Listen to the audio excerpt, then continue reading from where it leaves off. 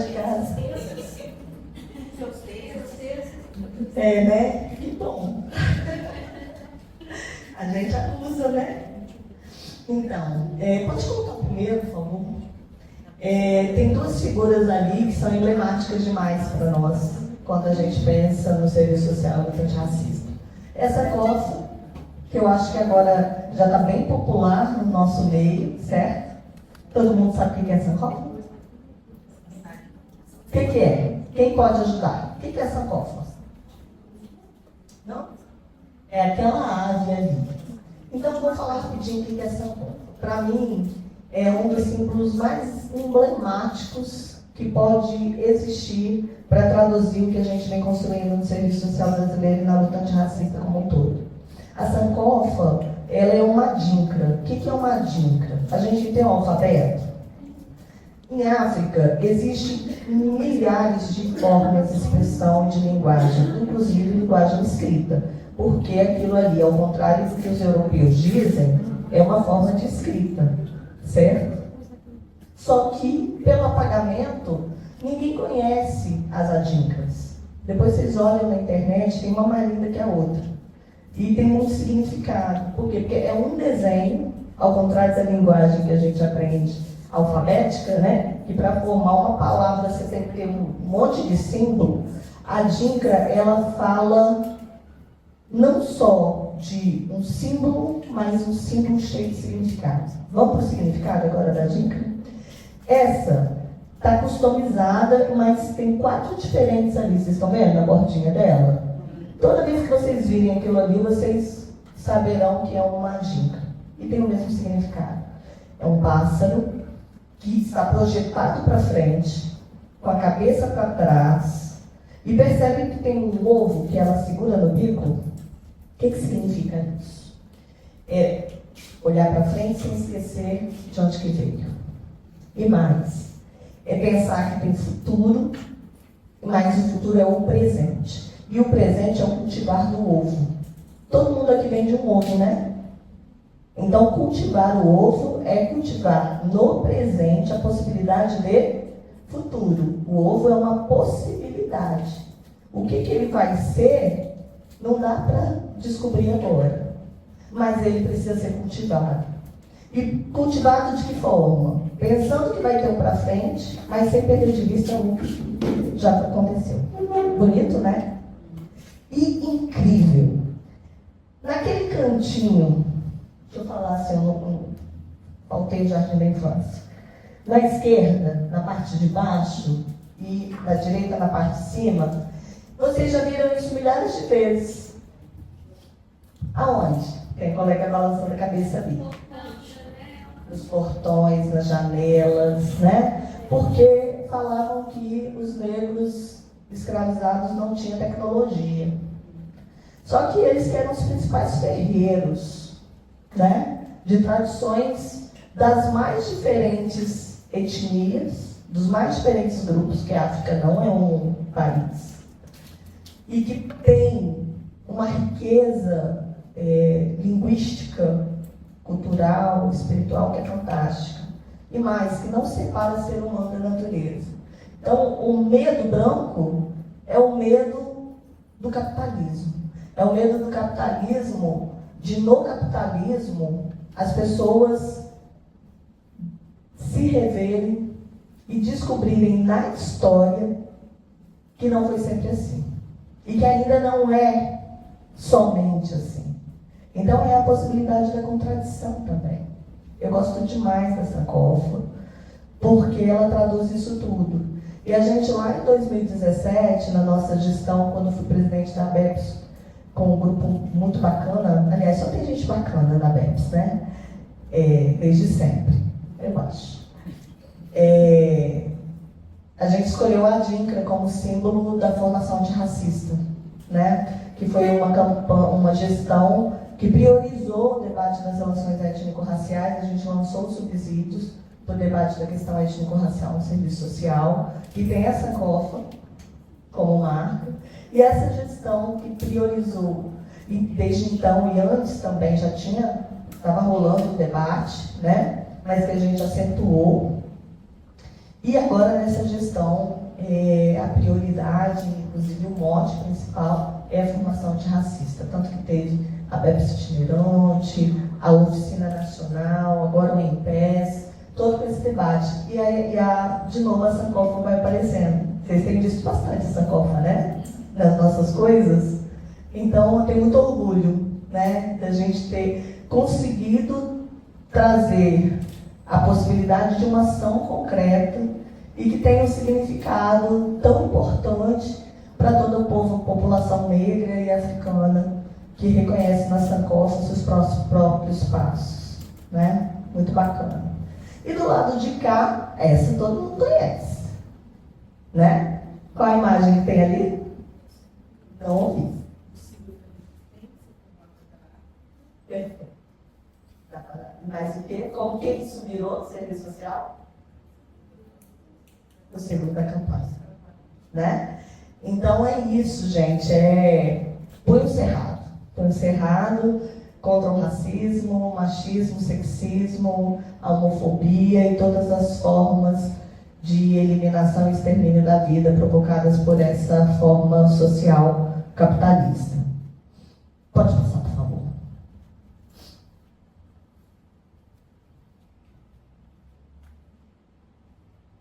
Então, gente, o ponto de partida para a gente pensar, eu vou parando e a gente vai conversando, pode ser assim? Mas de vez em quando eu vou dar uns estirãozinhos. Então agora eu vou tentar dar uma esticada e daqui a pouquinho a gente para de novo. Ponto de partida nosso, assim como a Sankofa, é o serviço social na história, não a história do serviço social. Essa é uma inscrição que tem sido muito bem trabalhada pela professora Maria Yamamoto e por todo um grupo de pesquisa do qual eu tenho a felicidade de fazer parte, de escrever o serviço social na história. E isso quer dizer que nós estamos em pleno movimento, porque se a verdadeira história da humanidade é a história da luta de classes, é a classe no movimento que faz a história. Então, o serviço social na história significa isso. Enquanto uma profissão, ainda que uma especialização dentro da divisão social do trabalho, a partir de toda uma construção e um legado que a gente vem tendo aí, especialmente desde o processo de reconceituação, passando pela ruptura, e todo o processo de construção dos últimos 40 e poucos anos na profissão, é sobre isso, né? É sobre pensar essa profissão inserida nessa divisão do trabalho, que tem sua gênese ligada ao desenvolvimento do capitalismo monopolista e, portanto, em países de relações de capitalismo dependente, necessariamente a base para a formação do capitalismo está posta a partir dos processos de escravidão. Não só na acumulação primitiva, lá atrás, para o capitalismo, mas como que o trabalho e a força de trabalho de mãos negras vem garantindo a este processo histórico, nos diferentes momentos, a força de trabalho necessária para a produção de riqueza no sistema capitalista. Então, isso é um pressuposto fundamental para nós, para entender que o desenvolvimento do capitalismo quer dizer o enraizamento e o desenvolvimento do racismo. E a gente trabalha nessa matriz com um autor chamado Clóvis Moura, que é um autor que a gente tem um grupo, eu vou fazer propaganda, tem 4 anos, né? A gente apresentou uma mesa coordenada no IMPES do Rio, vamos apresentar outra mesa coordenada e fica o convite para vocês agora no IMPES. E esse grupo vem discutindo a obra de Clóvis Moura. Clóvis Moura é um autor do Piauí, um homem negro, que foi comunista, socialista, desde que se entendeu por homem nordestino negro, que parte de toda essa dinâmica social.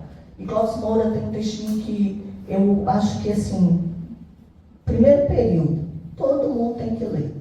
Professor, se não leu, por favor, leia. E as redes sociais fica o convite, né? Que é o racismo como arma de dominação, né? Arma ideológica de dominação. É um textinho simples, eu posso deixar para vocês ali também, junto com esse material. E por que eu estou fazendo essa mediação?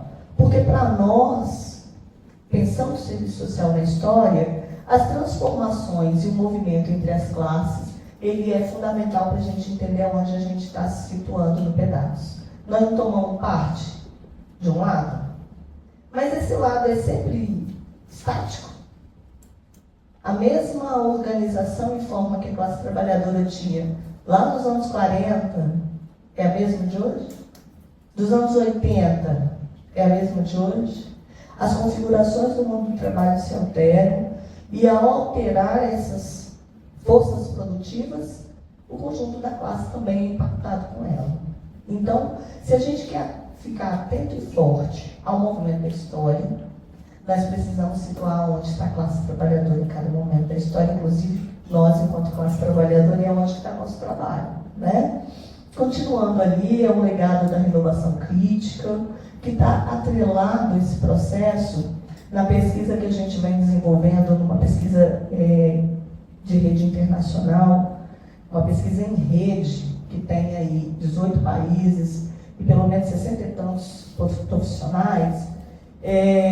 No primeiro momento, de 16 a 20, o que foi a principal tônica da gente revisitar o processo de reconceituação na América Latina e as suas influências fora do Brasil, em especial Portugal e Espanha, o que a gente chega à conclusão a partir daquilo que já estava também, de certa forma, bem pavimentado nas pesquisas da professora Marilda, Rosângela Battistoni, que tem uma inserção de uma pesquisa sobre Minas, que eu traria ela aqui para conversar com vocês, sobre o que é e o que foi esse movimento PH, né, no processo de construção do serviço social brasileiro, e que nos leva diretamente para a questão dos movimentos sociais e a questão social. É o movimento desse período que vai trazer a efervescência necessária para que o serviço social no brasileiro faça a sua ruptura com o conservadorismo e venha construindo todo esse legado. E a Marilda fala de fazer as pazes com a história. Gente, deixa eu explicar esse paz. Fazer a paz sem voz é medo, né? A gente já aprendeu isso com o Rapa. Mas essas pazes com a história que a Marilda faz é considerando o movimento da história dentro de uma perspectiva marxiana, que é do que? Da própria luta de classes. Então, na verdade, é fogo aos senhores. Então, quando fala dessas pazes com a história, é trazer a dimensão mais radical de que a história ela é movimentada pela luta de classes. Tá certo assim? E a gente vai se referenciar aí, né? A própria Rosângela vai ter um texto maravilhoso que vai dizer da história contra pelo, do Walter Benjamin, que é contar a história do lado dos vencidos. Por quê? Porque geralmente a história ela é congelada e contada a partir de qual perspectiva? Dos vencedores, né? Então, quem tem as ideias, né? Quem consegue manter as ideias do seu tempo, consegue garantir a hegemonia. Isso também é Marx. Então, nesse sentido, a direção de fazer as pazes com a história está em vários textos da Marilda, e a gente se referencia nisso também, no sentido de fazer as pazes com o movimento que a classe trabalhadora vem fazendo e ser fiel a ele. E para nós do serviço social, gente, vou dar só um exemplinho, posso? Nós, às vezes, vamos fazer análise da instituição lá nos nossos relatórios. E aí a gente começa contando a história do decreto, né? Essa lei, essa política iniciou a partir do decreto XX do governo YY. Estou mentindo? E o que tem por trás dessa história? Quem que eram os sujeitos? E aí eu lembro muito do Samba da Mangueira, né? Eu sou mulher sambista, esqueci de falar isso na minha apresentação. Sou diretora de harmonia, da mais querida, a escola mais antiga do Espírito Santo, chama Unidos da Piedade. E aí, quando a gente fala dessa lógica, eu lembro do Samba da Mangueira que diz o quê? Guardado atrás dos heróis emoldurados, né? Eu quero um Brasil que não está no retrato. Vocês conhecem esse samba, não? Se der tempo, eu vou botar ali no fim, depois. E é isso, né? Eu quero saber qual é a história que está para além desses heróis emoldurados. Para nós, interessa a história que é contada a partir dos ditos vencidos.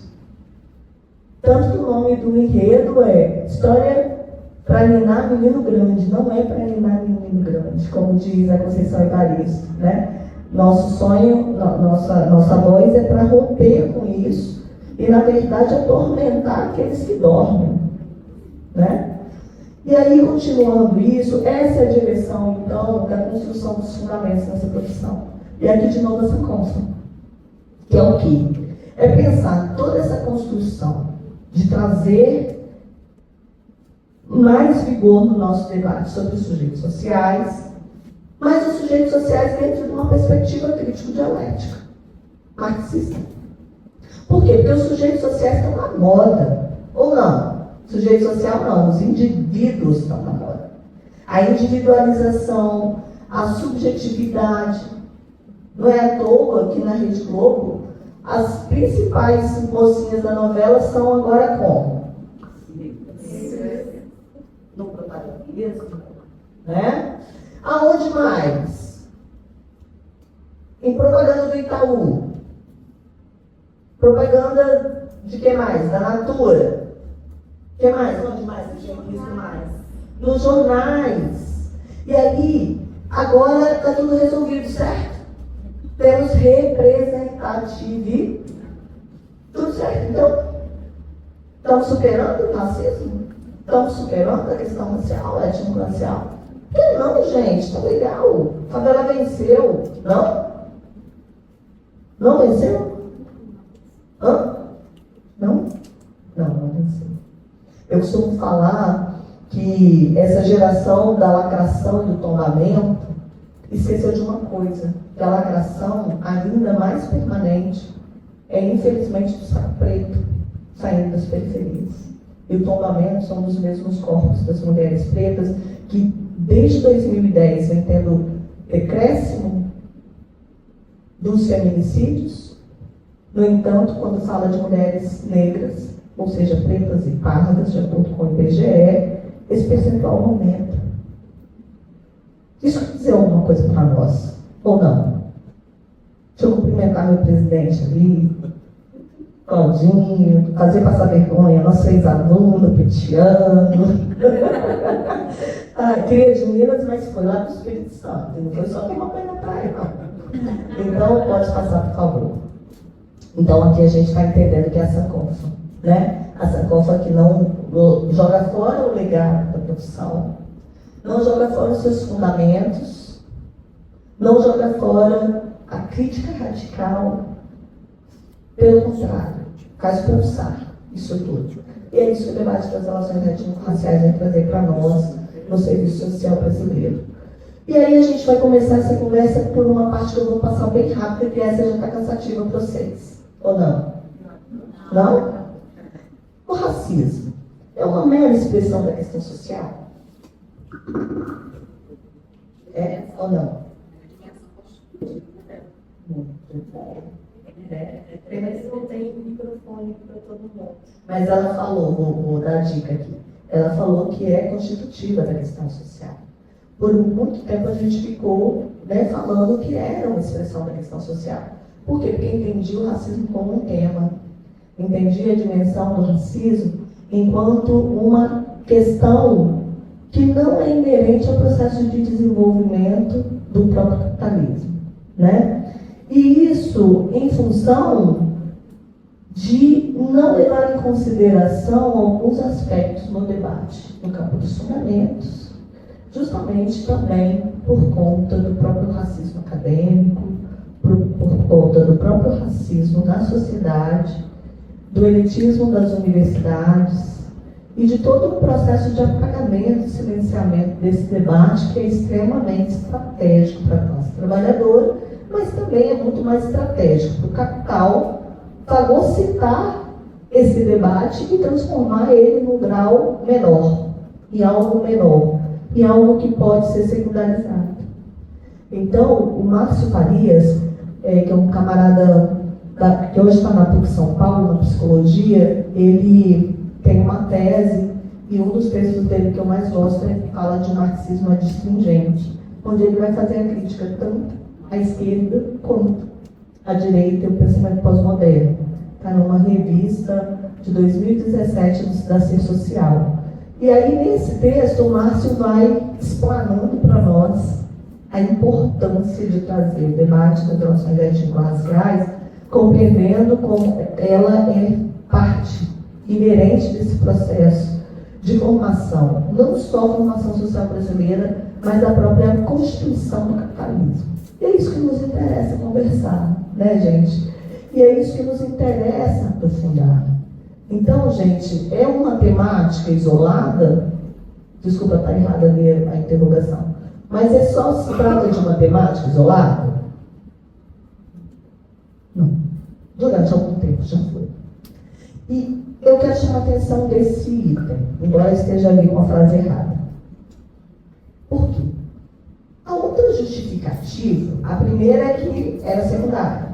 A outra justificativa é que a gente tem que estudar a questão étnico-racial, porque as principais desigualdades sociais estão localizadas aonde? Aonde que tem mais desigualdade? Aonde que a gente encontra? Nas pessoas negras, né? E periféricas. Então, isso por si já é um motivo para a gente mergulhar nesse debate e fazer luta antirracista? Por si, sim. Mas para superar a sociedade capitalista, né? Porque senão a gente cai na velha dose, né, do pragmatismo liberal, até da social-democracia escrachada, né? Aquela social-democracia bem centrão, né, Claudinho? E aí a gente cai nessa farrela de dizer que o debate do racismo ele tem que estar porque as desigualdades sociais principais estão localizadas nesse povo. Eu acho isso fundamental, tá, gente? Fundamental, porque só vivo que conta a história.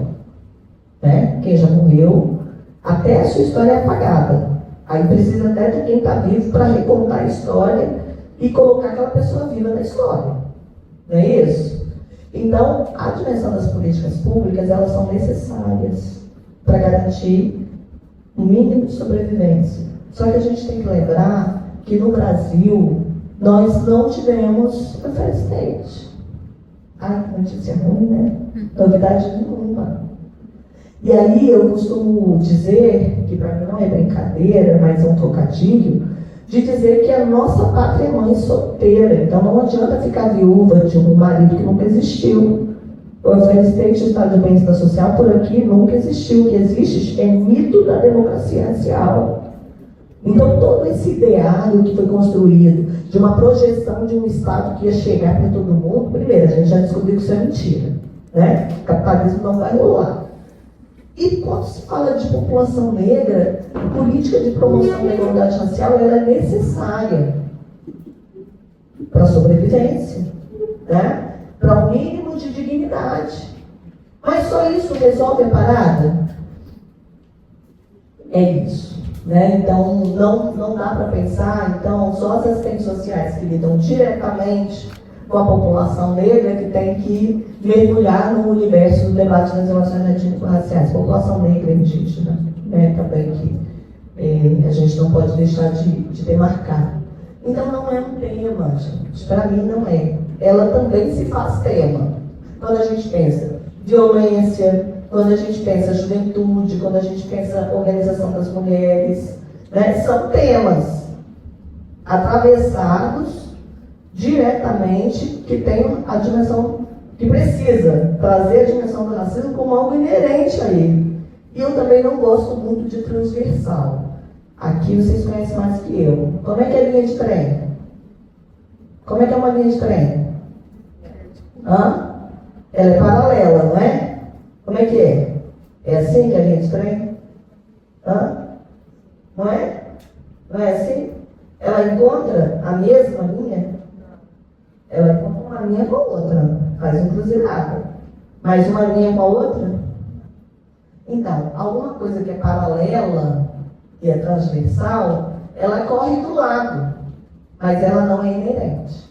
Percebem? Tem diferença para vocês? Estou até minerada hoje. Tem diferença para vocês? Tem? Para mim também tem.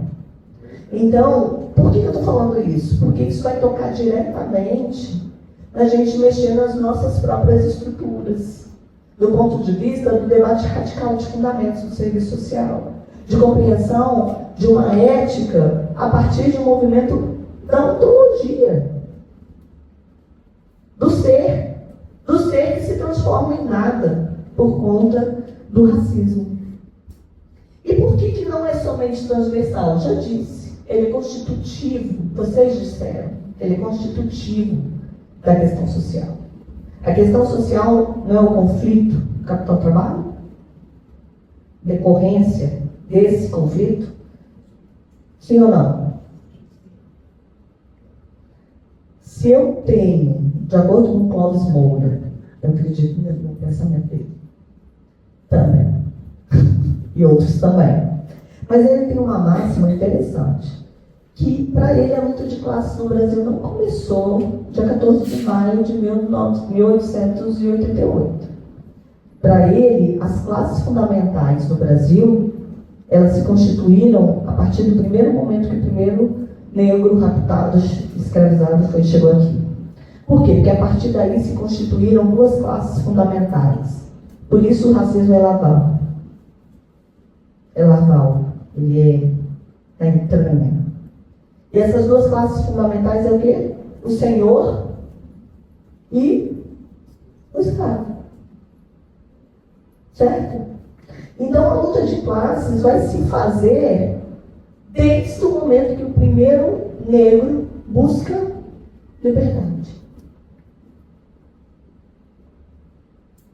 Aquela ideia de passividade, aquela ideia de que o negro vivia bem com a casa grande, né? Bem Gilberto Freire, que naturaliza o estupro, naturaliza uma relação cordial, amistosa, que romantiza o escravismo, período escravocrata, faz com que a gente, muitas vezes, faça uma análise da questão social a partir das classes sociais existentes dentro do capitalismo desenvolvido, em especial na relação capital-trabalho, no momento que a classe trabalhadora é constituída a partir da sua venda da força de trabalho. Mas a produção de riqueza usurpada não produzia diretamente mais-valia, mas criava as condições básicas para o desenvolvimento do capitalismo.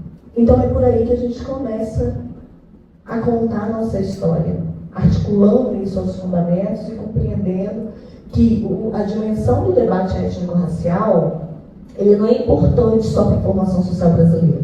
Ele é fundamental para pensar o Brasil. Mas não somente, Brasil e América Latina. Ele é necessário para pensar a própria estrutura do capitalismo. E vamos ver por quê? Estamos juntos até aqui? Sim. Eu vou pegar um negócio que me dá uma... Não. Eu queria uma hora aí que nós...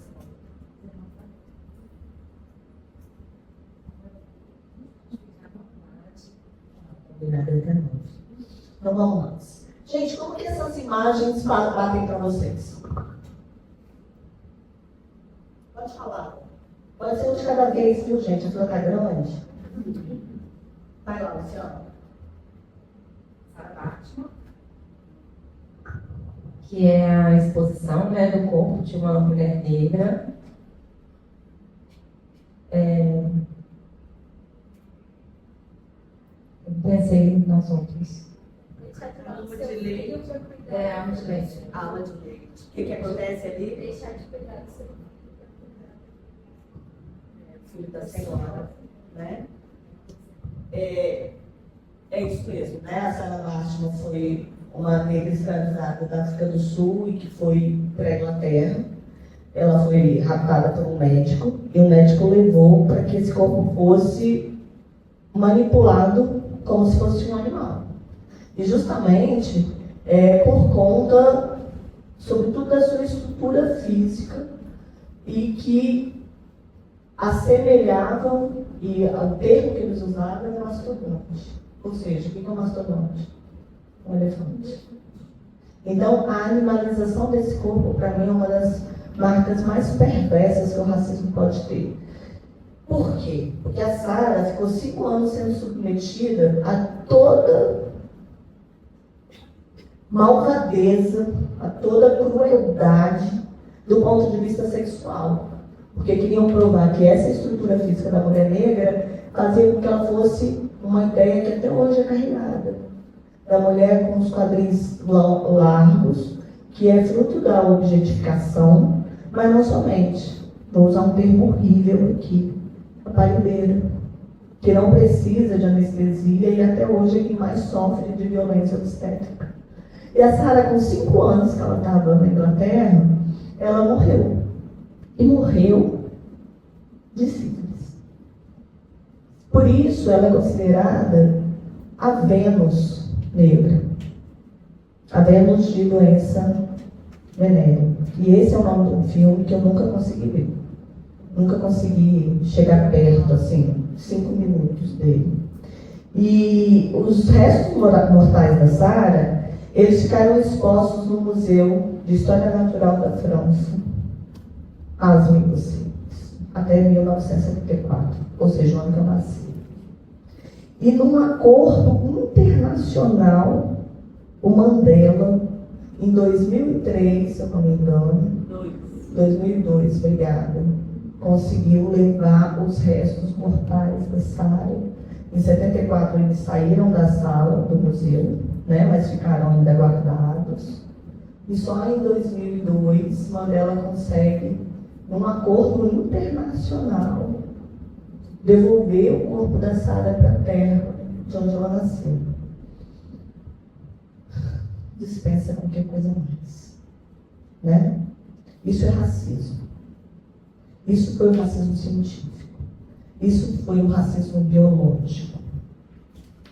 E isso ainda é o racismo, ainda hoje, onde as meninas pretas estão aí ameaçadas de terem que sofrer estupro e não poder, e ter que ter os filhos do seu estupro. Essa marca não é de agora, essa marca é da escravidão. Essa realidade, essa luta que a gente faz hoje por essas meninas, é ainda tentar tirá-las da senzala, é tirar elas dos quartinhos dos senhores. E a mãe de leite. A mãe de leite, eu falo que é aquela criança ali no chão, é a criança que a gente atende todo dia na assistência. Os corpos negros, as pessoas negras, a vida delas é institucionalizada desde sempre, desde o ventre. Institucionalizada porque as mães escravizadas iam parir, ter seus filhos, né? E eles já eram escravizados, já nasciam escravos, na condição de escravo. Como você vai querer ter filho? Como você vai cuidar? Como que você vai ter relação de amor, como diz Abel Hooks? Como? E é essa mãe de leite. Então esse menino é um menino institucionalizado que a gente atende todos os dias. Que essa história não ficou lá atrás. E essa criança também é a criança que vai ser institucionalizada primeiro. Hoje tem um monte de nome bonito e sigla, né? Mas é orfanato, né? O nome é bonito. Como é que é agora? Instituição de acolhimento institucional. Beleza. Beleza nada. Né? Depois passa pelo sistema sócio, né? Com nome bonito de novo. Medida em liberdade assistida ou...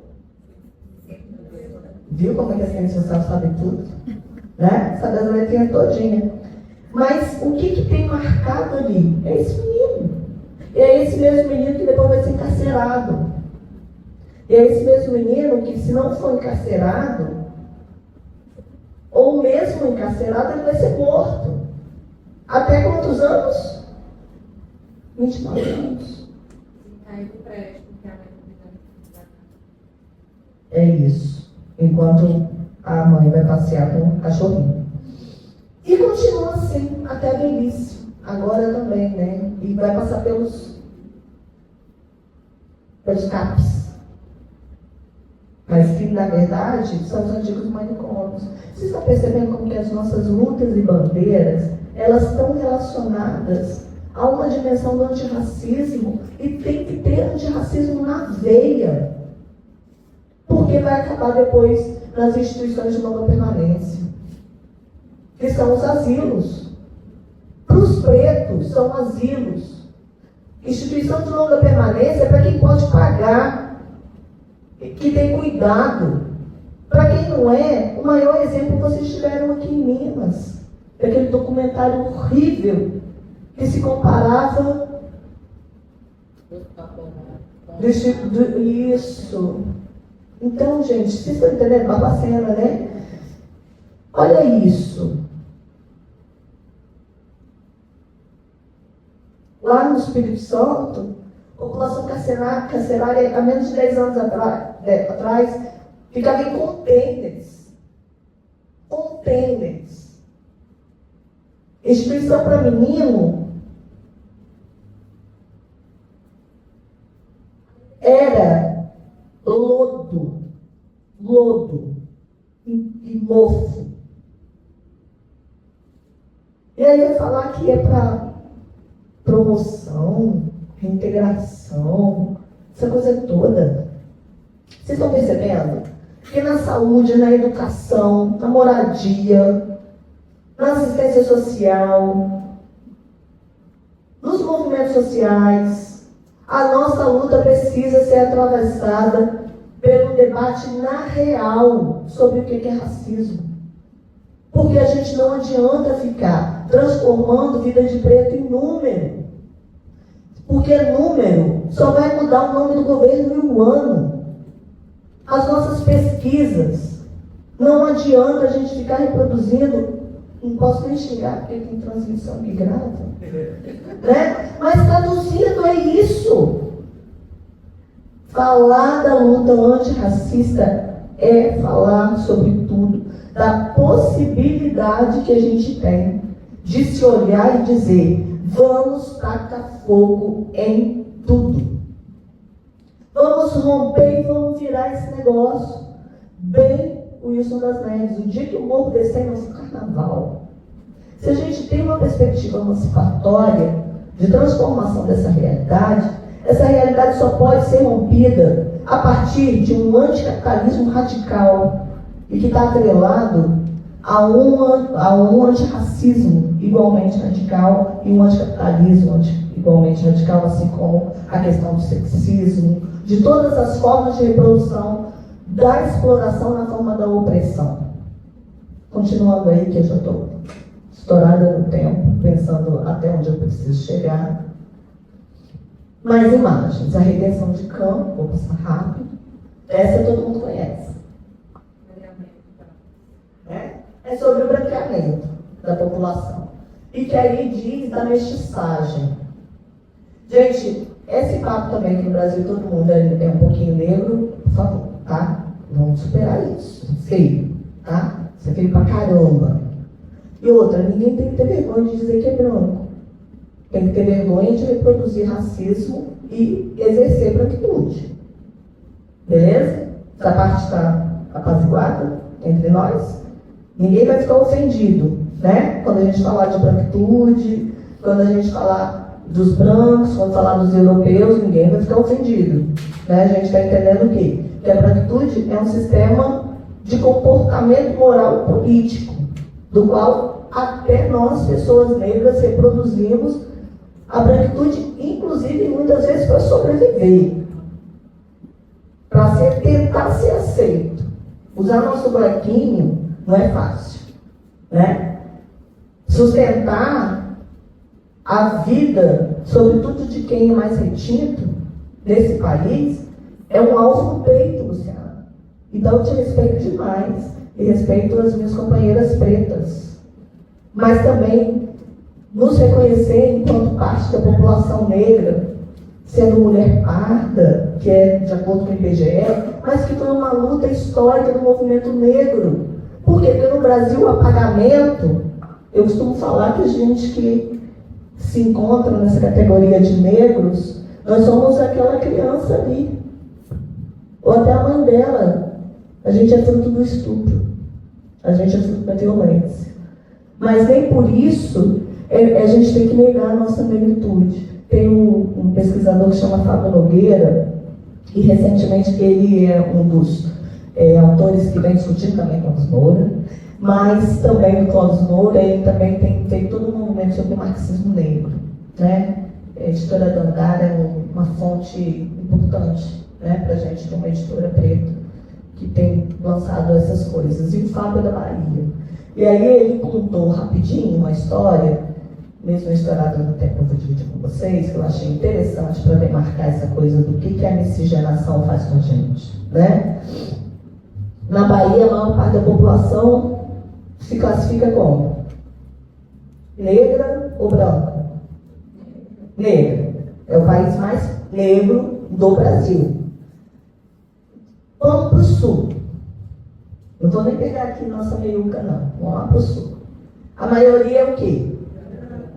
Lá na Bahia, e aí eu vou usar porque eu posso usar porque eu sou. Então eu não estou diminuindo quem também é como eu. Estou falando de mim. Então eu posso usar o termo que eu posso me identificar, ok?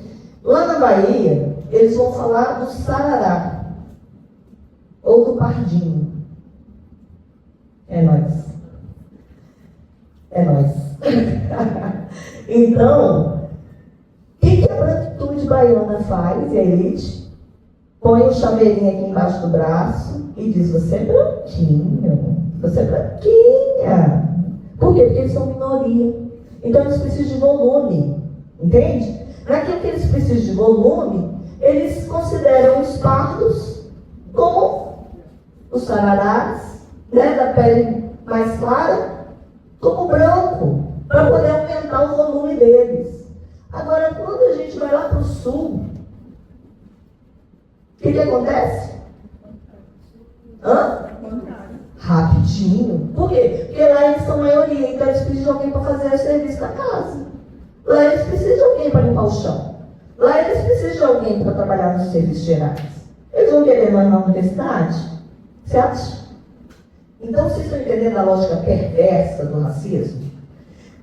A autora do Defeito de Cor, Ana Maria Gonçalves, ela tem uma entrevista fantástica. Gente, aliás, esse livro é divisor de águas na vida, o Defeito de Cor.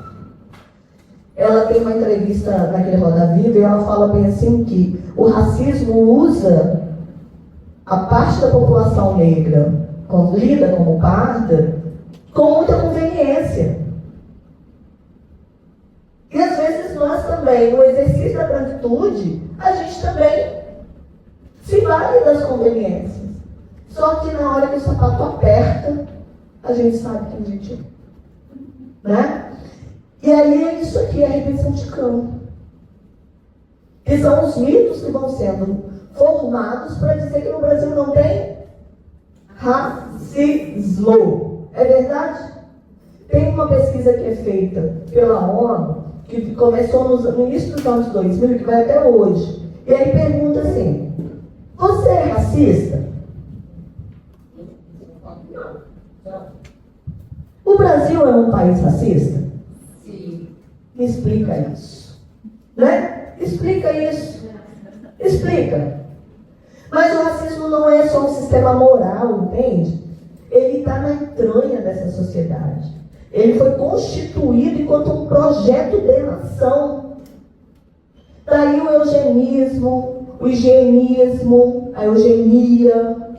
Entende? E por isso que a gente naturaliza um menino deitado no chão. Por quê? Porque ele é incapaz, ou ele é marginal. Ele é desumano, como a Sarah Bartman. Nossos corpos têm este significado. É essa leitura que a sociedade brasileira faz da população preta, ainda que ela se constitua como quase a maior parte. Em alguns lugares até a maior parte. Mas a anulação é a forma de um genocídio sistemático que o Abdias Nascimento vai falar que é o genocídio da população negra, que não mata só corpo. Mata essa dimensão política de se olhar no olho e dizer quem é. Mata a dimensão existencial, como disse o Fanon, como denunciou Lélia. Então o racismo, gente, infelizmente, a gente precisa reconhecer que ele está nas estruturas da sociedade para que a gente possa, de fato, ter uma bandeira antirracista. Por quê? Porque para as pessoas brancas é perda de privilégio. E para as pessoas negras é um reconhecimento de uma luta sem fim. E uma luta sem fim que dói. Porque reconhecer que é racismo faz com que a gente perceba o que aconteceu com a gente na escola, desde o jardim da infância. E dói. Faz com que a gente perceba o que aconteceu com a gente na faculdade. E dói. Faz com que a gente perceba porque nossas mães têm história de trabalho doméstico e de violência doméstica. Dói pra caramba. Então, falar de racismo é um processo de desconstrução que não é só cultural. É um processo de desconstrução dessa humanidade que se diz civilizada. E que diz que é humana. Por quê? Porque num processo onde há desumanização, todo mundo vira bicho. Até quem mata. Então, falar de racismo é falar, sobretudo, da construção da sua superação. Porque essa merda ninguém quer. As consequências disso são trágicas. E não só nas vidas individuais, mas na dimensão coletiva. Da gente naturalizar as pessoas morando em lixão, da gente naturalizar as pessoas vivendo nas ruas, da gente naturalizar que pode matar indígena todo dia, que indígena pode morrer de desnutrição. É naturalizar que toda essa tristeza se abata sobre a própria humanidade. Quem não fica doente numa sociedade como essa? Mas não está só do ponto de vista moral, está do ponto de vista econômico, político, cultural. E por isso falar de racismo é fundamental para a gente superar isso aí tudo. Passar muito porque estou muito longe. Hoje eu estou muito perto, né?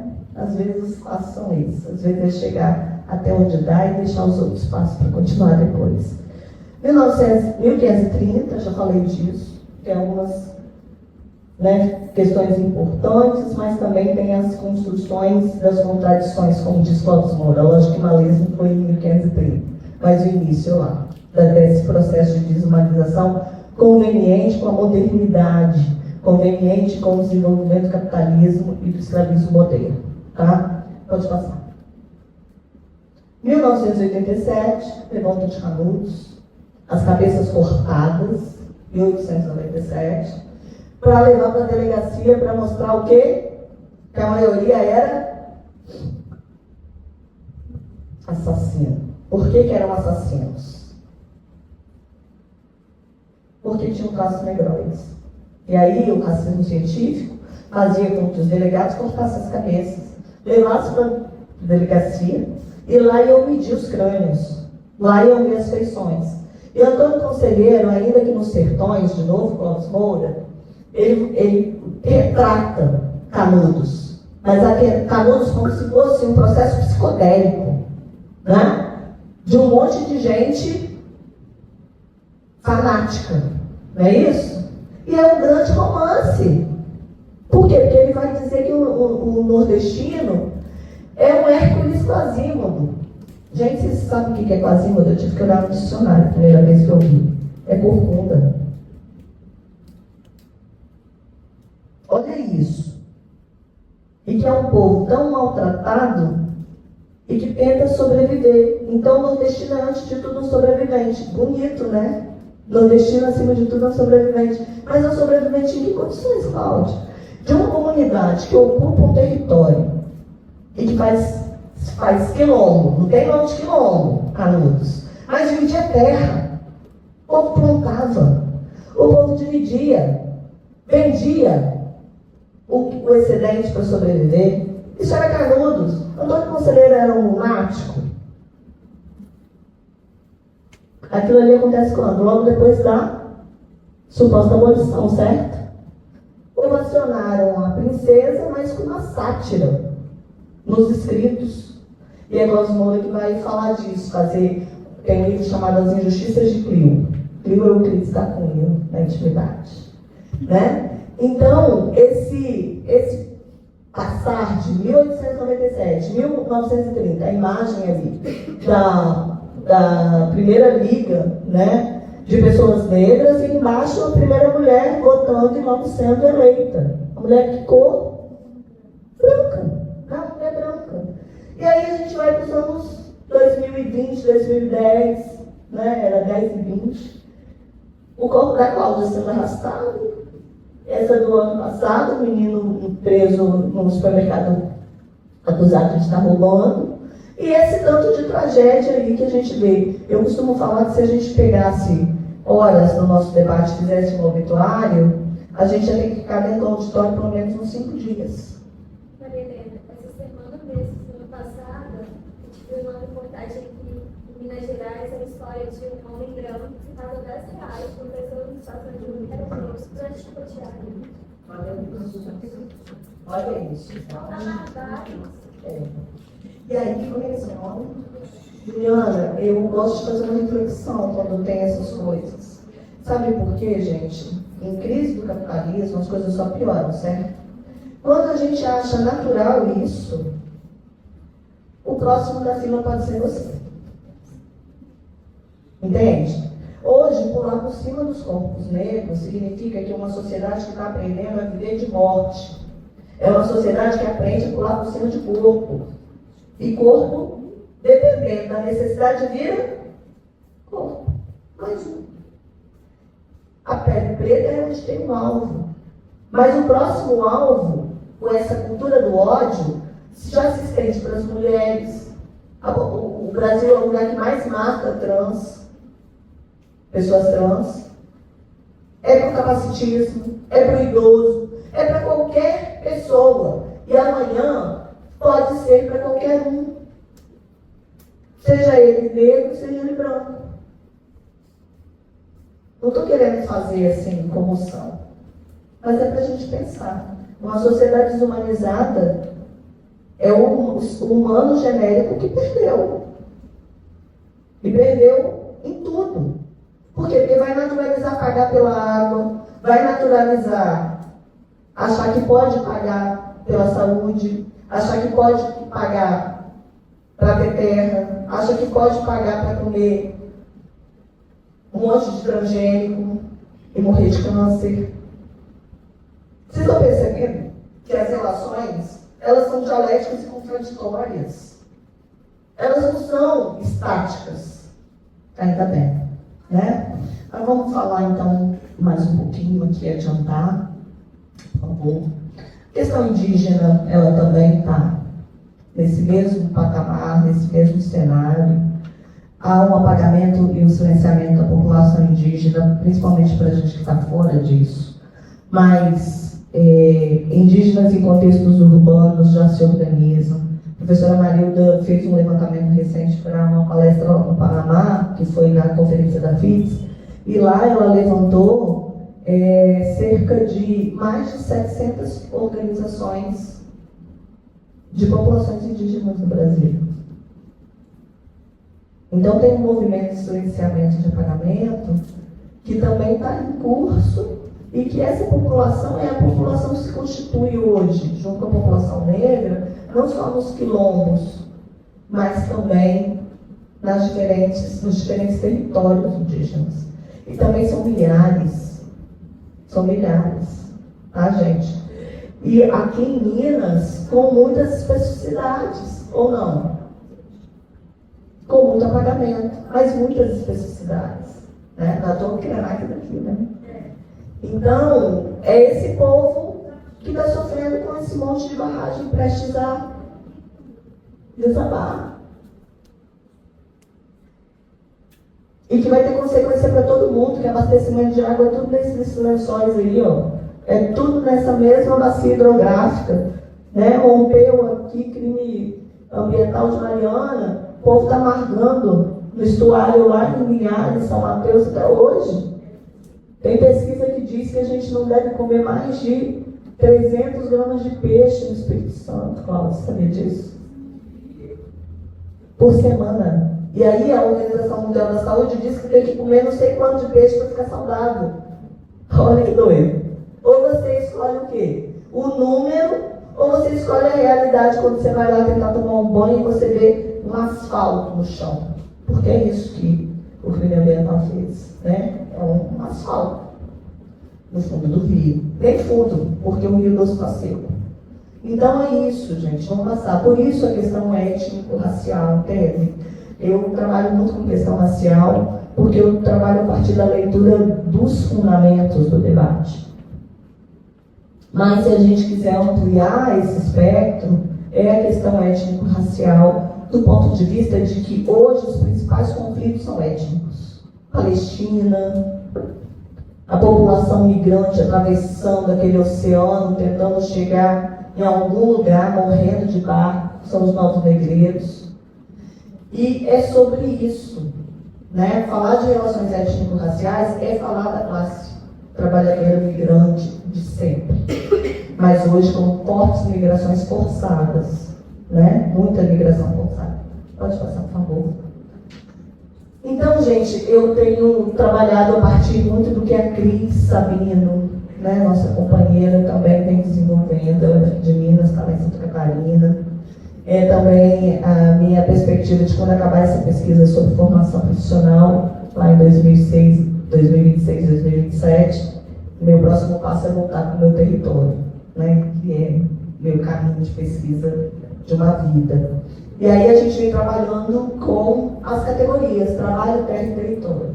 Então a questão étnico-racial, e pensando nisso como luta radical, a gente nos remete diretamente a essas três categorias. Trabalho, terra e território. Não precisa nem desenvolver, né? Interessante quando a gente vai pegando uma linha de raciocínio, as coisas vão fazendo... Não vão fazendo sentido? Que bom! Então essas são as categorias fundamentais. E não é à toa que são as categorias também que diz respeito diretamente à luta dos movimentos sociais. Não diz respeito só às tragédias, que são as expressões da questão social. Mas diz respeito, sobretudo, às possibilidades de onde está o sujeito em movimento. Aí a frase da Luciana, que é a última lá da minha tese. O território é o chão da classe trabalhadora, em movimento. A classe trabalhadora é portadora da história. A professora Maria Leonardo. Ela gravou isso lá da formação que a gente teve dos comitês lá do Cefes. E é isso mesmo, pode passar. Chegando aí, a gente pode passar bem rápido, porque agora a gente chegou à conclusão que o racismo é estrutural. Com mais respeito, agora talvez um pouco menos, pelo Silvio Almeida, do livro dele, que fez um boom, né? O livro dele chegou para a juventude preta na periferia. Então ele tem um mérito, né? Mas o Silvio não se coloca e nem se reivindicou em momento algum autor do campo do marxismo. Ele vai fazer a análise a partir da institucionalidade. É uma análise que se aproxima muito mais do pensamento weberiano do que marxista. Vamos combinar. Então, o racismo estrutural do Silvio Almeida não é o racismo estrutural que a gente vem reivindicando no campo do marxismo. Por quê? Porque para nós o racismo ele é estrutural porque ele está dentro da ordem da forma de produção e reprodução da vida. Então, por isso que ele não está só na formação social brasileira. E é por isso que ele também não está só nas desigualdades. Ele está como parte fundante no modo de produzir riqueza, não só lá atrás do escravismo, a partir de uma acumulação primitiva do capitalismo. Mas ele está pleno no desenvolvimento do capitalismo, na sua fase concorrencial, na sua fase monopólica e no momento de crise. E que dá sustentação para o imperialismo. Por quê? Porque são as relações de dependência. Eu preciso de uma força de trabalho superexplorada para garantir ao capital a sua margem de lucro em momentos de crise em especial. Então, quando a gente, dentro do capitalismo, na lógica do desenvolvimento desigual combinado, que é uma lei também geral lá no capital, a nossa engrenagem ferrada aqui é a comida do trabalhador dos países mais desenvolvidos de lá. É do barateamento da força de trabalho que ele vai gastar com comida, com transporte. O minério de ferro daqui vai virar um carro ecológico lá. Olha que doideira, né? Então, essa escala de uma dialética perversa coloca o racismo na cena. E por isso o crime. Na formação social brasileira, não preciso nem discorrer muito. Está na base das nossas relações sociais, de produção e de reprodução, das relações com o Estado, das relações com as classes, da relação com os movimentos. Sim ou não? Voltando para o Márcio e Clóvis, o Márcio diz o seguinte, que é difícil, não dá para ler o Brasil só com Clóvis Moura. Mas é impossível ler o Brasil sem Clóvis Moura. Por quê? Porque é essa radicalidade do que é o racismo estrutural que ele vai desenvolver em toda a sua obra, sendo fiel ao método. Então, ele vai fazer a crítica a toda a análise que se faz de um projeto de nação querendo superar isso pela via do social, como se a questão nacional fosse somente a questão do social e não a questão racial. E aí vem Clóvis Moura, junto com outros autores negros, de outras vertentes teóricas, mas que põem o dedo na ferida, como Abdias, como Amélia, e vai dizer o seguinte: não dá para ter um projeto de nação excluindo e mantendo no cativeiro a população negra. Não tem democracia. Não existe democracia no Brasil. Nunca existiu. 64 foi a grande prova disso. E aí tem todo um processo de comoção da questão da ditadura e que tem que ter mesmo. Nunca mais tem que acontecer. Memória e história. Mas nessa memória e história, de novo, nesses porões não aparecem as vidas negras. O tanto de menino que desaparece todos os dias, que a família não tem direito a enterrar. Isso foi um horror no período da ditadura, mas para a população negra foi e continua esse contínuo da história. Mas que é necessário e que se faz com rupturas. Por favor. Gente, ali eu só vou discorrer um pouquinho mais do que são as categorias que sustentam isso. Então, hoje, como a ideia é fazer um papo ainda, eu vou pular aquilo ali, vocês me dão licença. Que é a lei geral, porque senão vai virar palestrinha. Eu achei que ia dar tempo, mas eu falo pra caramba e me empolguei com Minas Gerais, enfim. E aí ali são as categorias que vão fundamentar nosso debate na profissão. Que parte da lei geral, que parte da divisão social do trabalho, não é isso que dá base para a questão social, né? Essa leitura que a gente está dizendo de social. Mas lembrar que a divisão social do trabalho, ela não é só uma divisão social do trabalho. Ela é uma divisão social, racial, sexual, territorial do trabalho. É o TTT. E é essa divisão que vai fazer com que, no processo de uma superpopulação relativa, a gente vai ter uma população latente, estagnada e, sempre esqueço, mas tá ali agora, flutuante, latente, estagnada. Ou seja, aqueles que estão sempre ali circulando, uns que entram mais e outros entram menos, é o trabalho informal, e a estagnada, que é o menino da ama de leite que está deitado no chão. Para frente, então. Isso é básico, gente, para nós, de novo, sustentar o racismo estrutural, sabe? E sustentar, como a Renata Gonçalves e outros autores negros do serviço social já vem sustentando nos seus artigos, e a gente junto nessa, que é dizer que a Renata Gonçalves tem um título muito interessante de um dos textos dela, que foi um dos primeiros a tocar essa ferida. E diz, quando o nó da questão social é a questão... Quando a questão racial é o nó da questão social. É um texto muito interessante, porque vai instigar a gente nessa direção. Pode passar, por favor.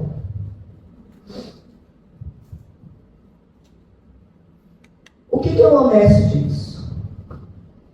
A Marilda também retoma, a partir dos fundamentos de Marx, que o trabalho na sociabilidade capitalista ele é repleto de castigo e de rebeldia. Castigo e rebeldia. O que significa isso? Que a gente trabalha porque tem que trabalhar, né? Ninguém trabalha aqui para lazer. Tem que vender força de trabalho para poder comer, certo? Só que a gente também subverte. A gente também cria outras formas de organização para denunciar, inclusive, o que o trabalho na sociabilidade capitalista e assalariada faz com a gente. E isso dá motivo para quê? Para a nossa organização. E é na rebeldia que a gente se encontra, né? Não é na tristeza que a gente tem que se encontrar. Também, como solidariedade, como humanização desse processo de desumanização. Mas não só ficar nisso, né? Isso também tem que dar raiva. Isso também tem que dar raiva. A raiva também é um elemento importante para a luta, sabe? Não vai dar para sentar na mesa e combinar, ó, você vai me pagar mais, você vai. Você não vai me dar um pouquinho mais. Você vai me dar direitinho aí, né? Então, você vai me dar uma casa, um lugar para eu plantar, não vai? Vai ser assim? Já provou a história que não é assim, né? Então, para frente. Ali são as lutas, as revoltas, desde sempre movimentadas pela população negra, pelo negro no Brasil. Para frente, por favor. A quilombagem também é uma categoria do Cosmo Moura.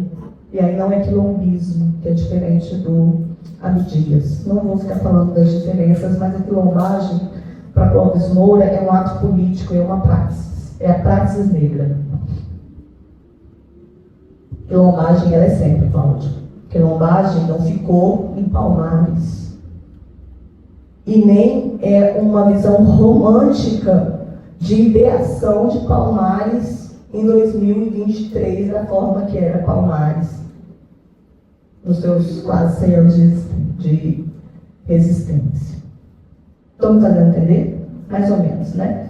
Eu acho que eu convido vocês a conhecer a obra do Clóvis e estudar um pouco mais sobre a quilombagem. Quilombagem é esse ato de resistência permanente. Quando a gente pensa numa escola de samba que, com todas as contradições, vai gritar que é um quilombo, vai dizer que a nossa força é a nossa raiz, que vai ter uma juventude pulsante, gritando no Islã, que vai ter mulheres que vão se reunir no 25 de julho, em outros momentos, engrossando fileira, que, enfim, isso tudo que a gente sabe que a população negra é capaz de fazer como ostras, né? Pode passar, por favor. É isso, né? Nós somos muitas e muitos. E por isso os passos vêm de longe, de Nova Sarcófago, né? É esse passado que a gente precisa nos manter enquanto fôlego. Por quê? Porque nossos passos vieram de longe. Ao contrário do que se colocava lá no início do século passado, que em 50 anos o projeto de nação apontava que não existiriam mais pessoas negras no Brasil. Eu falo que foi o pior estatístico, né? Qual projetor que pôde ter no Brasil. Porque, ao contrário disso, a população negra está aí, vive existindo, né? Passaria muita raiva se ele estivesse aqui agora. Pode passar, por favor. E aí, gente, isso tudo uma profissão. Ai, Maria Helena, mas racismo está lá, a profissão está aqui, certo? Errado, né? É aqui, nesse chão da fábrica, que é o nosso pedaço no quinhão. É nosso pedaço na rebeldia. E é só por conta dos números? Os números por si já dizeriam muito. Mas é sobretudo pela superação dos números. O que nos interessa é a parada de virar a mesa. É fazer o bolo descer sem ser carnaval. E se a gente quer fazer isso, os usuários e as usuárias dos nossos serviços têm que entrar ali naquela porta e a gente olhar para ele dizendo: você é o cara. Você é a cara. E aí, por isso, toda a dimensão ético-política, teórico-metodológica e técnico-operativa tem que estar à disposição desse projeto. Se é o sujeito da história, não vai entrar com essa colinha e ser tratado como a Carolina de Jesus denunciou lá nos anos 50. Por quê? As assistentes sociais só sabem olhar para a cara dos pobres e pedir o documento e o número do documento, né? E os endereços dos pobres. Vocês lembram dessa passagem da Carolina? Vexame, né? Vexame. Aí eu pergunto, teve virada, teve tudo. Mudou tudo, Denise? Mudou muita coisa, mas tudo não. Né? É a mulher que não cuida do filho, que pega o dinheiro do bolso da família para ir pro pagode, né? É a família que comprou uma televisão, comprou iogurte, comprou biscoito, jogou no tigrinho, até isso, né? E os assistentes sociais e as assistentes sociais nisso? Se a gente não traz esse debate nessas três dimensões da profissão, o enfrentamento do racismo vai ficar só no discurso. Como mais um monte de discurso que está aí pela sociedade. E aí é não tomar a revolta e a revolução como cabo, como projeto, né? De contribuição dessa profissão nesse processo. A gente não vai fazer, mas a gente vai contribuir. Como que a gente vai contribuir olhando os números dos documentos fotos? Somente. É para a gente refletir. Então esse debate, gente, tem que estar em todos os espaços ocupacionais. Em todos os espaços ocupacionais. Ah, Maria Helena, na formação não tive uma disciplina sobre isso. Eu também não. Então é isso aqui, ó. Cadê o pessoal da direção do CRES? Parabéns. Cadê o comitê que vai sair daqui bombando? Nós vamos sair com uma agenda para esse comitê. Sem ousadia. Aliás, com muita ousadia, né? Que a gente é dessas. Então, tem que sair com uma agenda.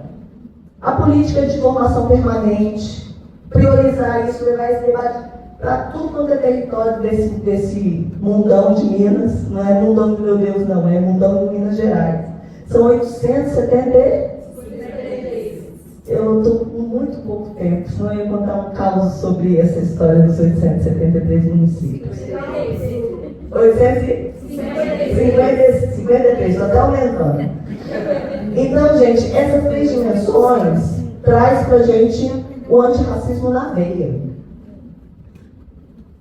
Essa história de ficar fazendo reunião que ninguém entende nada, que marca reunião 2 da tarde, e que vai lá para falar a regra da instituição, eu ia ficar assistindo a novela das 8. Pelo menos ia ter a protagonista negra lá para eu ver. Então a gente precisa repensar urgentemente quais são as nossas estratégias profissionais e que não são nossas. Eu tenho um desafio para colocar para vocês. Eu estou me fazendo esse desafio lá, UFES. A gente tem feito eventos que não tem professor palestrante. Já pensaram nisso? Ou metade é para academia e a outra metade é para movimento social. Oficina, junto com a gente, vou falar de sexismo e racismo. Vem você que está lá no movimento fazendo isso. Sabe por quê, gente? Tem hora que a gente tem que sentar e vestir, calçar o chinelinho da humildade. E a academia, urgentemente, mais ainda, porque é a reprodução do elitismo, do machismo, do racismo nessa sociedade brasileira. Se tem um lugar que tem que sentar no banco, pedir perdão ia falar pedir pinico. Pedir perdão e voltar atrás e ver o que está fazendo da vida é academia. E, sobretudo, uma academia que se coloca no campo crítico. E aí eu estou me colocando no meio, não estou botando o dedão para cancelar ninguém, não, porque isso também não é o caminho. Esse é o pior caminho. Mas tem uma juventude que está ávida, cansada de levar porrada. E quer chegar arrombando a porta, e chega arrombando a porta, e precisa arrombar a porta. Só que nós temos direção. Essa profissão ela não foi construída a custo de nada. Tudo que a gente construiu, respeite quem pode chegar onde a gente chegou. É isso. Nós temos uma direção. E o conselho é o nosso espaço de organização política, sim. É uma instância de uma autarquia que regulamenta essa profissão, mas quem construiu essa profissão, inclusive o regulamento dela, fomos nós. E quando eu falo nós, eu estou me considerando essas mulheres que lutaram na ditadura. Nós estamos falando de um sujeito coletivo quando falamos de assistentes sociais. Nós não estamos falando de uma inscrição no CRES. Essa também é importante. Então, gente, essas três dimensões estão coladas e precisam estar evidenciadas, anunciadas e vistas pela população que nos atende. A gente precisa fazer diferença nesse processo. Então, o desafio é esse. Como que a gente para de tratar a população negra dizendo que valoriza o movimento social, mas lá ele é só um usuário. Ou lá ele é só, eu vou formar em educação popular. Quem faz a educação popular todo dia? É estranho. E a gente tem condições de fazer isso, sabe por quê? Porque agora nós somos também, temos a responsabilidade de ser, nessa categoria, o maior contingente. De mulheres sempre foi, e a gente não fala de mulher. E agora de negras. E aí, não é o dado, a maior parte é negra. A maior parte é mulher negra. Ou seja, segundo Angela Davis, as pessoas capazes de movimentar toda uma estrutura da sociedade. E essa frase é linda dela. Mas ela tem que fazer sentido. Quando a mulher negra se movimenta, com ela, toda uma estrutura da sociedade se movimenta. É porque ela está na base. Se acontece alguma coisa legal para ela, é sinal de quem está lá no topo, está melhor ainda. Então, motivo para quem não é preto ser antirracista. Porque se melhorar para nós, vocês vão melhorar mais ainda. Né? Se tiver o pragmatismo, pelo menos na luta, já está valendo. Mas a gente não quer só isso, não. A gente quer mais um pouquinho. Vamos para frente, então.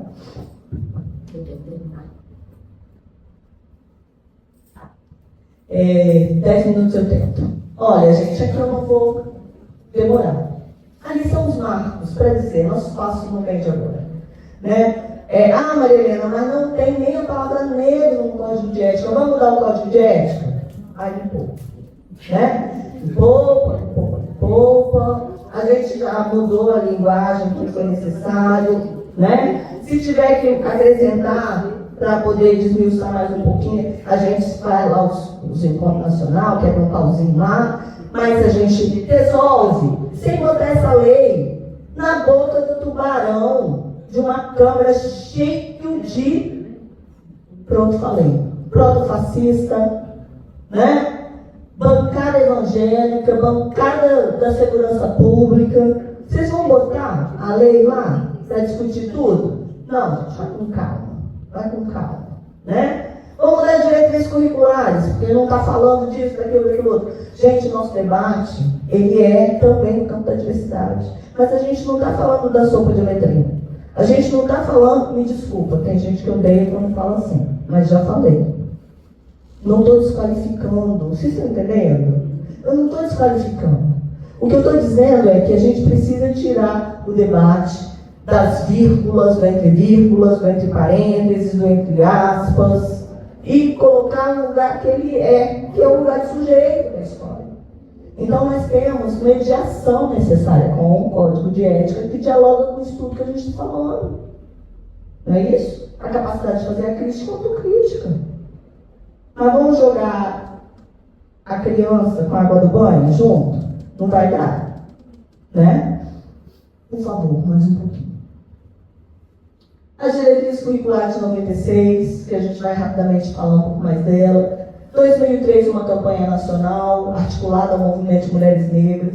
2009, a criação dos GTPs, e neles um GTP, que é Serviço Social, Relações de Exploração, Opressão de Gênero, Raça, Etnia, Geração e Sexualidade. Eu quero dar todas as honras a esse GTP, porque é ali que se formaram as principais pesquisadoras negras do Brasil, e que não vem de agora. As primeiras teses sobre a população negra foram apontadas, uma tese por Magali, tese porque antigamente é ótimo, né? Nem uso essa palavra mais, é a palavra em desuso, né? Deve ser minha idade, mas já falei que é 50, estou feliz. Apresentavam-se teses, e aí tinha uma tese da Magali, outra tese da Matilde, junto com outra companheira que vai estar com a gente na mesa de encerramento do IMPESC, para a qual eu vou ter a honra de estar lá.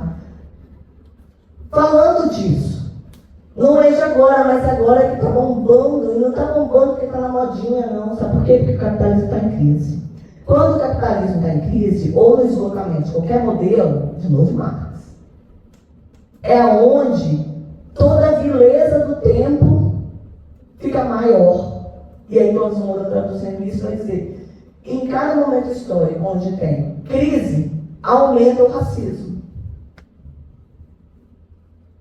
Óbvio, né? De novo, óbvio. Mas não é tão óbvio assim. Por que tanta matança? Por que tanto ataque à terra? Por que tanta dificuldade em pensar o capital pode circular sem fronteira? Está lá na tese também. Mas os seres humanos não. A classe trabalhadora migra para atender a demanda do capital e para vender sua força de trabalho. Mas por quê? Porque o capital está precisando. E chega lá, o que encontra? O paraíso? Não. Continuando ali. Por isso a gente tem que realmente reconhecer o trabalho das pesquisadoras negras do serviço social.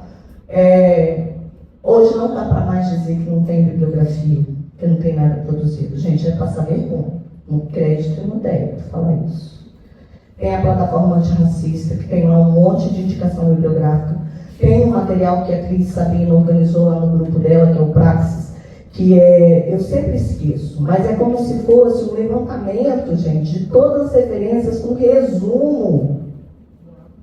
Uau!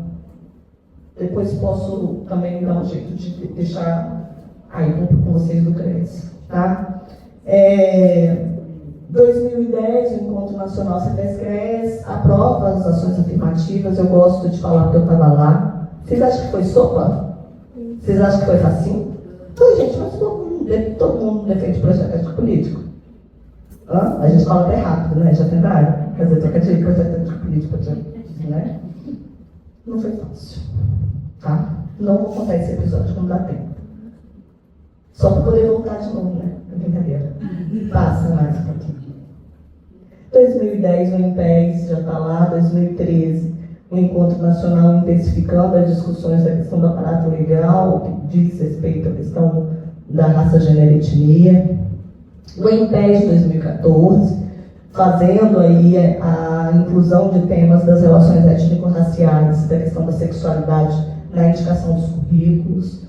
Revista Temporários 27 e 28, com artigos. 2017, o planejamento da gestão, do qual a gente teve a gratidão para o universo de fazer parte e de estar na presidência. A gente, então, traz o documento das cotas da pós. 2017 também é onde delibera a campanha Assistência Social e Combate ao Racismo, que foi uma campanha das mais lindas que essa categoria conseguiu construir e produzir, e que não parou. Hoje, né, o pré-lançamento do comitê é fruto dessa campanha, né? De toda essa trajetória, mas em especial o fôlego nessa campanha. E em 2018, a gente então apresenta o documento base dos subsídios para o debate étnico-racial na formação. 22, a plataforma antirracista. E aí essa gestão, que não deu tempo de atualizar ali, né, que priorizou o debate das relações étnico-raciais na gestão da BEPS. Então, gente, isso aí é um enfrentamento do racismo no trabalho profissional. É aquilo que eu já falei, tirar o debate étnico-racial entre parênteses, vírgulas, aspas e antes das reticências. Que foi sempre que da forma que a gente tratou, né? Isso, é população negra, não é assim? Para não dizer que eu não falei das flores. Então, é trazer para a centralidade dos sujeitos históricos. É esse papo que a gente precisa ter em mente e pensar nas estratégias.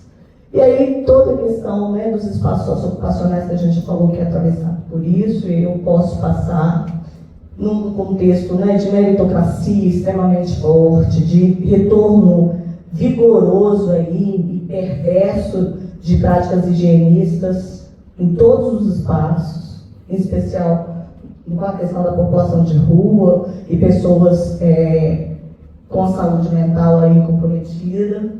A questão da lógica neoliberal de empreendedorismo, vulnerabilidade e a despolitização da questão social. Se transforma a pobreza no principal objeto, né, dos direitos para a população mais pobre e simplesmente, mais pauperizada, reforça a seletividade num discurso de quê? De promoção da igualdade. Quem são as prioridades nos programas sociais hoje? Mulheres e mulheres negras em algumas situações políticas, certo? Aí a gente fala assim, legal, promoção, mas tudo tem preço. Tudo tem preço. É a priorização, no fundo, o discurso de promoção. Mas é também reforço a seletividade e focalização. Percebe? Que até quando querem dizer que estão valorizando a gente, estão lascando com a gente, principalmente com a população negra pauperizada, e as diferentes concepções em disputa. Mesmo no campo crítico, a gente tem disputa no debate étnico-racial no campo pós-moderno. E aí eu digo, vamos fazer a meia-culpa? Vários profissionais, pesquisadores foram queriam estudar a questão étnico-racial, não acharam lugar nas nossas pós-graduações. E foram fazendo educação nas ciências sociais para garantir que queria discutir isso. E aí quando volta, Claudinho, volta tomado com fundamentos do estruturalismo, da pós-modernidade. Então, gente, o que tem que fazer é o seguinte: vamos junto? Vamos junto? Vem pra cá. Tudo bem, foi isso aí, te entendo, mas a gente tem como recompor. E aí não é cancelar, sabe? Não é dizer, esse debate ele é secundário, que divide a classe. Gente, que divide a classe é o capitalismo. Pronto. Né? Vamos passar dessa fase, tá feio. Tá feio. Mas também não é abrir mão do marxismo. Esse papo também, outro me cansa. Marxismo não dá conta da questão de gênero, não dá conta da questão racial. Porque Marx é determinista. Pô, gente, por favor. Por favor, para tudo. Marx foi um autor do seu tempo, europeu sim, branco sim. Assim como Boaventura, que fala de epistemicídio, europeu, branco sim, envolvido com questões sérias de abuso. Não é julgamento moral do autor, é a ideia. Se o método não serve para nada, então pode jogar fora todo o projeto de emancipação. Não dá para ter conversa de projeto antirracista que descola do anticapitalismo. Sabe por quê? O antirracismo puro leva a gente para a favela venceu. O antirracismo culturalista ou subjetivista, ele é importante até a vírgula. E às vezes é a primeira vírgula. Nem a vírgula antes do ponto. É a primeira vírgula. Porque senão a gente cai num debate moralista e culturalista, que vai reproduzir. Agora, as pretas vão botar seus blacks e são maravilhosas, como se não continuasse estupro, pior renda, pior todos os indicadores, a solidão, o sofrimento. Então, gente, é sobre isso, tá? É sobre, recentemente, num debate desse, me perguntaram assim, não vou falar muito não, senão conto santo. Perguntaram assim, o que nós vamos fazer para superar a pós-modernidade desse debate? Aí eu tive que ser mal educada. E olha que nem é do meu feitio. Eu tive que falar, tem que estudar. Né? Eu ouvi desde criança nessa profissão que a assistente social tem que estudar. Quem já ouviu isso? Em tudo quanto é coisa que a gente vai de serviço social. A assistente social tem que estudar sempre. Ofendeu você? Por que agora que eu tenho que falar que você tem que estudar? A questão étnico-racial te ofende. Racismo. E aí eu falei, tem que estudar. E mais. Produzir. Produzir no campo do marxismo. Marx não tinha que fazer mediação para nós, ele nos deu um método. Então, vamos parar com a preguiça histórica também, né? Vamos parar. Todo mundo tem que se movimentar. Se a classe trabalhadora está movimentando para sobreviver, como que a gente também não vai se movimentar nas nossas formulações teórico-práticas, respostas na prática, no trabalho profissional que também é trabalho acadêmico, é produção também. Agora a gente tem que romper com isso, não é superando a pós-modernidade. Aí por fim eu tive que responder para a professora que a gente não vai superar a pós-modernidade nunca. Só numa sociedade livre do racismo e do capitalismo. Lamento te informar. É batalha das ideias. Agora, se a gente não botar nada no lugar, o lugar não vai ficar vazio. Sabe por quê? Porque a população negra morre todo dia. E por quê? Porque o capitalismo agora achou um nicho de mercado. Então é sim o empreendedorismo, a favela venceu, sendo que preta nesse Brasil sempre foi empreendedora. As primeiras taxas de previdência para preto foi providenciado pelas mulheres negras para comprar sua alforria. Eram as negras de ganho, que sustentavam não só elas, mas as viúvas, tudo decadente do sistema. Então, quem falou de empreendedorismo comigo, com o modelo da Sebrae, me respeita. Agora, as mulheres precisam saber disso, porque elas não sabem dessa história. E acham que quem vai criar isso é o coach. Pronto, falei. Agora, a gente também, do lado de cá, precisa fazer esse exercício, gente. É tarefa. E estratégica central. Pode passar? Que aí eu vou passar muito agora. A gente vai pensar nas construções, né? As diretrizes curriculares também dão uma direção para isso. São 3 núcleos: fundamentos da vida social, da formação social brasileira e do trabalho profissional. Eu sou da tese de que essa que é a tese que está lá no projeto de formação, que está lá nas diretrizes. E de todas as professoras que construíram as diretrizes elas falam isso. Os 3 núcleos são apenas da organização pedagógica. Mas os 3 núcleos, eles são indissociáveis. Então, gente, se eu quero entender o trabalho profissional antirracista, eu preciso discutir os fundamentos do antirracismo. Eu preciso, sim, ir lá na questão da escravidão, ir lá na questão do colonialismo, ir lá nessas bases, discutir mito da democracia racial nas disciplinas de política social, discutir racismo estrutural nas disciplinas de questão social, discutir no estágio supervisionado a possibilidade de escrevivência, discutir nas disciplinas de gestão da política pública, agora eu disparei, a questão dos indicadores, e aí sim os números, sabe? Isso tudo é desafiador para todo mundo, gente. Ou seja, a classe está se movimentando. Então, o serviço social vão movimentar junto. Isso para dizer que os pressupostos das diretrizes curriculares são plenamente compatíveis com uma formação antirracista. Agora, quem vai construir isso? É só ler as diretrizes? Pronto, está feito? Não. É implementar isso no currículo, implementar isso na pós-graduação, na formação continuada. Para frente, por favor. E é isso, o objetivo do debate, de um modo geral, é pensar como que a gente pode evidenciar a questão racial como um elemento indissociável dessa sociabilidade para pensar sobretudo a sua superação. Então, é parte das determinações sociais que conformam a sociedade capitalista e a própria questão social. Por isso, o debate da questão étnico-racial não é um tema. Por isso, ele não é transversal. Tem um monte de gente que fala que é, tá, gente? Eu continuo defendendo que, para mim, não é transversal. Para mim, ele é inerente. Não dá para eu falar de anticapitalismo sem falar de antirracismo.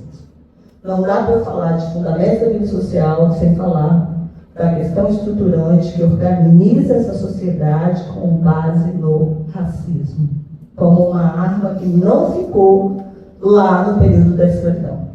E que não é uma herança da escravidão. Ela é reposta no mundo de trabalho de hoje, que precisa de uma força de trabalho uberizada, que precisa de uma força de trabalho precarizada, que precisa de um conjunto de sujeitos silenciados e anônimos diante de toda a barbárie que a gente está vivendo. E, sobretudo, para denunciar e fazer frente ao neofascismo que nos massacra. Auschwitz foi a tragédia da humanidade. A escravidão foi a grande tragédia da humanidade.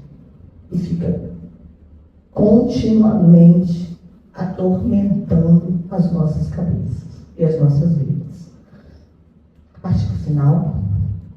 Pode passar bastante. Então, a nossa escrevivência não pode ser lida como histórias para guiná-los da casa grande, e sim para incomodá-los em seus sonhos injustos. Essa é a lição da nossa Conceição Larissa. Eu vou terminar por aqui. E aí agradecer a atenção de vocês, mas abrir um pouquinho, se vocês aguentarem, para o debate, né? Para conversar. Pode sentar.